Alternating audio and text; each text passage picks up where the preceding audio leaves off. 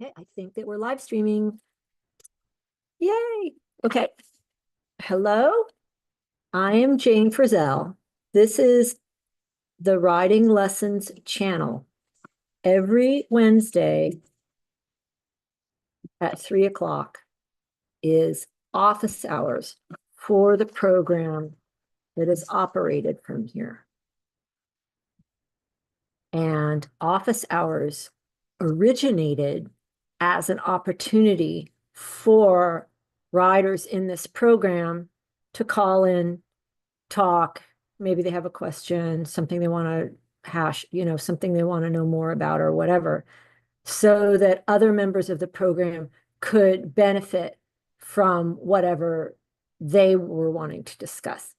However, the participants in this program, the participants who make it into the phase that there's actual riding and training going on, because there are you can't, they go through some things and then we begin. So that group of people, they are very diligent and thorough and have done their homework.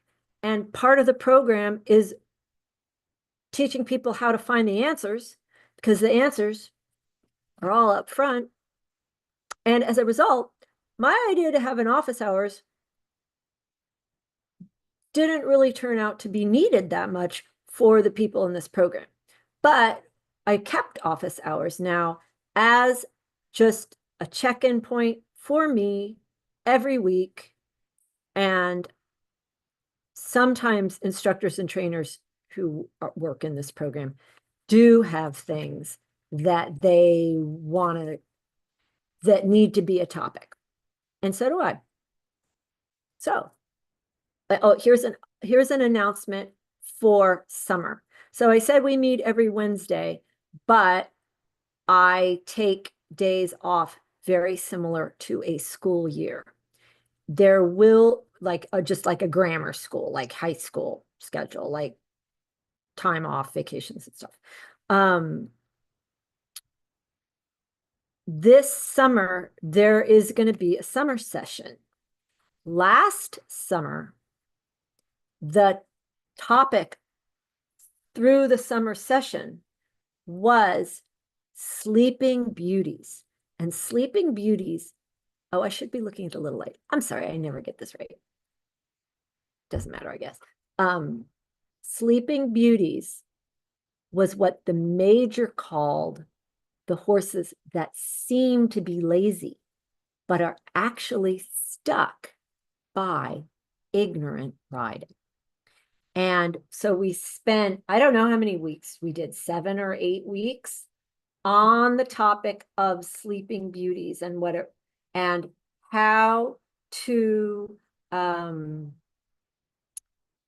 liberate them from the stuck condition. This summer, on the opposite side of the same coin, we are going to talk about nervous and tense horses, what the major called, he called them nervous racks. He didn't, English wasn't his first. So instead of nervous rack, he called them nervous racks.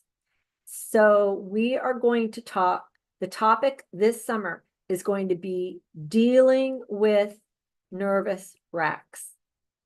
And I think a lot of you guys are going to be, yeah, same way you deal with the Sleeping Beauties. Yeah, it's true. The same way we deal with the Sleeping Beauties, but we will go through it this time from the point of view of the nervous rack. Or the basket case. I know those aren't very politically correct, but when they start to use themselves properly, from riders who are responsible riding through their aids, seat, leg, hand, in that order, back to front, the stuck ones come loose and free and quick, and the frantic ones, they settle right down. So that's what's going to go on this summer. Now, The topic for today. I don't know if you guys noticed on Facebook. I'm phasing away from Facebook slowly. But I don't know if you noticed that the last 4 weeks, I shared a statement over and over again. No one brought it up to me. No one said, hey, Jane, are you like Rain Man? Like, why do you keep repeating yourself? The statement was, beginner skills that should be standard, yet somehow aren't. Parentheses, most of you are paying the price, dash, along with the horses. So I said that 20 times over 4 weeks, maybe 15 over 4 weeks, but you know what I mean. I just stayed on that topic.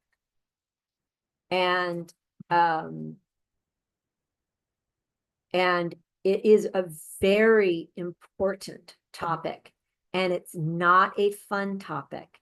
It's not edutainment. No one's going to click on it and share it. But the people that can ride are all ears. So I'm going to tell you that there are, let me think how I want to say all this. And when I mean people don't know them, I mean even like there's trainers, professionals, people riding at an elite level.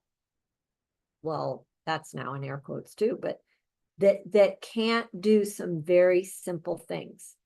One of the main things that we learned very early on in riding school and in regular school was to zip our mouths and listen carefully. And isn't that what we want a horse to learn?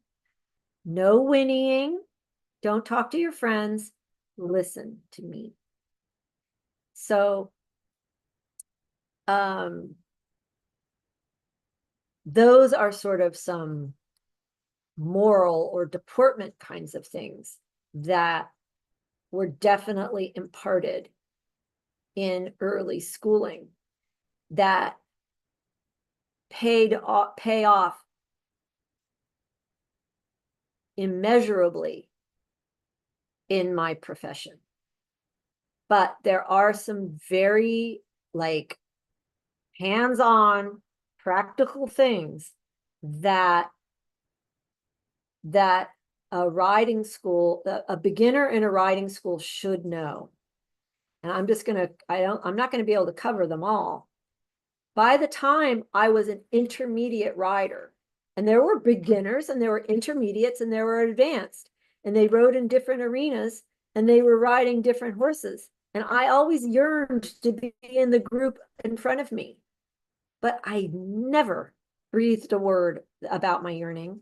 I never asked, can I be in the bigger group now? You know, can I be in the, I stayed where they had me and endured. It was not fun. It was quite miserable a lot of the time. But that's, again, that's sort of forming a moral, enduring character of just learning to go through difficulty and not complaining about it. These things do contribute to a rider. But the things that I'm going to talk about right now are things like, you know, horse runs away. We automatically knew, like I knew when I was 8, if a pony runs away, fully rein, circle. Do not panic, fully rein, circle. Yet I've seen riders that they don't know what to do when a horse runs away.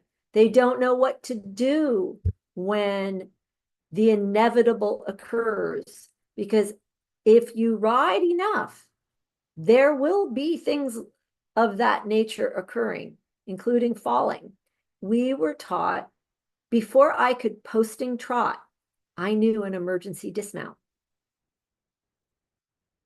Before I ever cantered, yeah, I'm serious. I think before I knew how to trot, I knew how to do an emergency dismount. They taught it to us that early. And I was talking about it with a professional this morning. That I'm now wondering if, so we all had to learn the emergency dismount before we even got to walk around in a line in the arena. And the first time I tried it and the first time all the other kids tried it, we all fell on our butt. And I don't think it was painful, but it wasn't fun. We had to kick out our stirrups, hug the pony loosely around the neck, and roll left and let go. That was what, and you don't land on your feet, you fall. But I'm wondering if that early practice, landing in the dirt and then get back on, do it again, feet out, la, la, la. I'm wondering if that made us all sort of more loose, a little bit non-worried little riders right from the very beginning, because we fell off before we even learned to trot. And there's so much anxiety and holding and tension in riders these days. I don't even call them riders. It's horse people. They are tight they are like fire hydrants on horseback. It isn't just like, I mean, looseness is the first thing we're supposed to be. And it's just completely not in the vernacular or zeitgeist of the riding world. And it's like number one. I can't grasp that. Okay, emergency dismount. I know how to do a pulley rein. I probably knew a pulley rein 15 years before I ever needed one.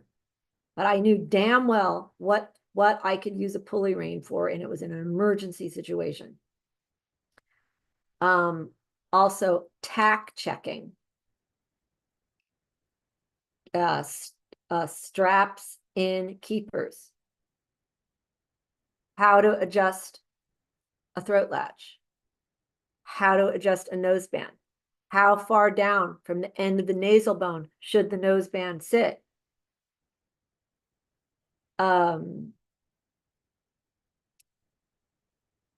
We weren't allowed to get on the pony if the keepers weren't in the straps. If the straps weren't in the keepers of the entire bridle, and yeah, we just weren't allowed. And the reason why, so it's not to be OCD or some picky, uptight rider, but if it's sort of like roll your own parachute or pack your own parachute, you check your equipment to make sure it's all okay, and making sure that everything's in a keeper and everything's proper and it's all and the reins aren't twisted and all that. It becomes a safety issue. And the habit instilled in us when we were very small little riders, you're not allowed to unless this is all right. So now, I mean, it's something, it's been a lifetime, but I don't think about it. I can scan a whole, I know where everything checks out before I proceed. So there was a system and an order of things that we went through. And that made a very automatically aware of things that would prevent accidents, really. It really comes down to safety. And I think that, and I want to get back to this emergency dismount thing. So one of the reasons I brought it up because I've noticed a couple times in the last month that there's like these clinicians going around with a mat and an artificial horse so people can learn then. But in my mind, you're too late. Like, they should have learned that a long time ago. And having the clinician going around teaching something that Helen Anselmo and her younger sister Inez taught it to me when I was 8 on a pony called Boomerang that was roan with a flaxen mane and tail and waddled like a duck. It was not glamorous. The pony was not glamorous. I wanted to be, Black Beauty, National Velvet. No, Boomerang, emergency dismount, fall on your ass, get back on, round the world, adjust your own stirrups, cross your stirrups. And see, that's what they did. We had to make our stirrups ourselves the exact right length. And then they'd say, cross them. You don't get to use them. And we didn't, we went, okay. And our legs would be trembling because we would be going between sitting, rising trot, and galloping position in trot on ducks, like Boomerang waddling around.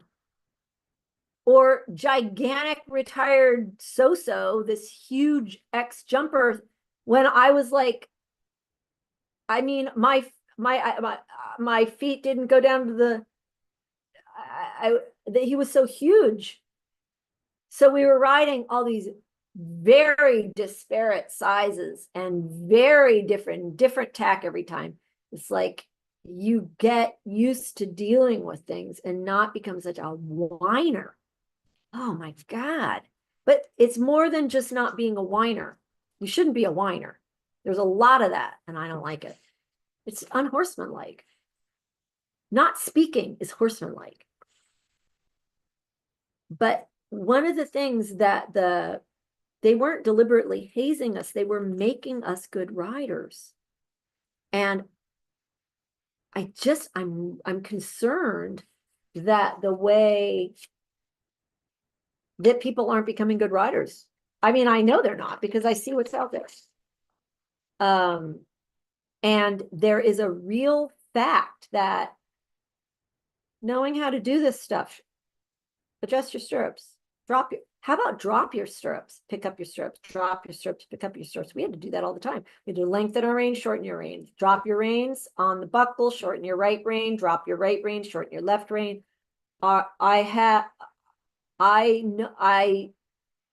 Shortening reins is something that very advanced riders have trouble with these days. But I could do it by 3rd grade because they made us practice it. We didn't get to do interesting things until we practiced that. And we did so many things like that the new interesting thing that might have gotten introduced at the end of the lesson, if we did all the things we had to do before that, was like 5 minutes. Like, okay, you can go over the cross rail now. After 55 minutes of drop your stirrups, pick up your stirrups, find your stirrups, cross your stirrups, 2-point, rising trot, 2-point, rising trot. And then if you didn't cut the corner and you could do a figure 8 in 2-point without stirrups, to jump across.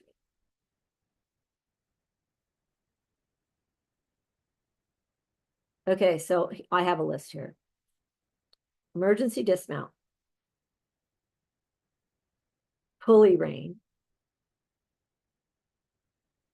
bridging our rein needed. We also knew how to they schooled us very clearly and prepared us very rigorously in advance for riding out in open land or trails or woods.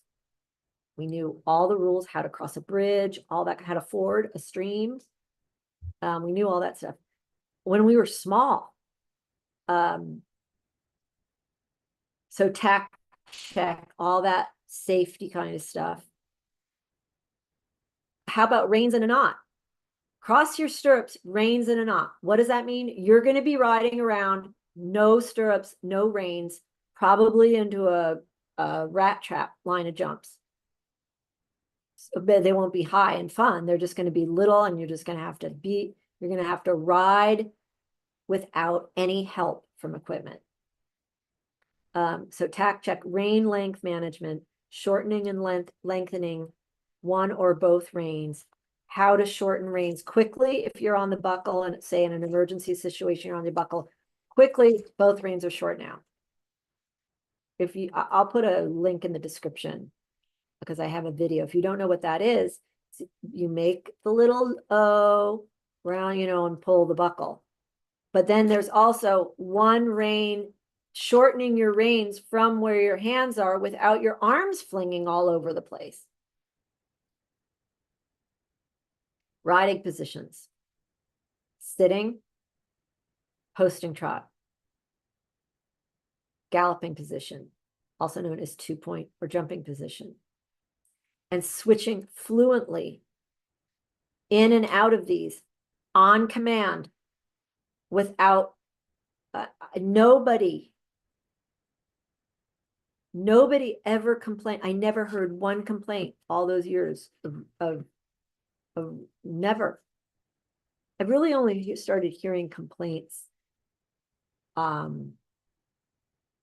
in this century, in the 2000s. I've never heard so much speaking from riding students. Before, I did not hear that, including from myself. Okay, riding position, sitting, posting, galloping, blah, blah, blah, all those. And we really did learn to listen. We didn't have the benefit of audio systems or anything like that. And we trained in weather, in wind. And if you couldn't hear, we didn't say, I can't hear. We either got closer to our instructor or listened harder. We trained our ears. I don't think that's even a phrase anymore. You have to learn to hear, even with wind, and know and see a lot of, and then the last thing on my list is arena command fluency in arena commands, which are training commands. And let's say it's super windy and you hear, oh Lord, I know that means go large, right? It means go large. Angle. Obviously, I'm to go on the diagonal and change direction. You see what I'm saying? So, and the terms, they're in the back of the Podolsky book that everyone's had since he wrote it, in like the day World War II ended, practically. Like, it's really available. Or in all of the manuals, there are arena commands. Half, circle, back to the trap to change directions, also known as ice cream cone. But just to know these arena commands, circles are always the width of the arena, which is generally 20 meters, unless otherwise specified. Like if I say, enter the circle, enter a circle at C or B or E or A, it means a 20-meter circle. If I say 10-meter circle, that means a 10-meter circle. But just plain circle is going to mean a 20-meter circle. It's a standard. It's like, and people don't know these basic standards, so they're not able to communicate rapidly in the arena when stuff is going on, and they want to be training horses, but they can't even follow the instructions to ride one. And you cannot train one unless you can ride one. And you can't teach it the instructions that you do not know. So this is a frustration that I'm having, but it's a sadness that it's like literally the language of horse training is not there. And I blame the clinicians, and I blame all the little weenies who cave into their clients who want to pretend they're trainers when they don't know where to go. And the main thing a horse wants to be told is where to go. Okay, but what I do want to impart today is not just, me ragging on you guys about this, but what I am I believe that, so sometimes there's just, we do these things like make your stirrups the perfect length by yourself, little child, that's not very hard, easy when you're a little child. Yeah, my leg goes back to do my stirrup.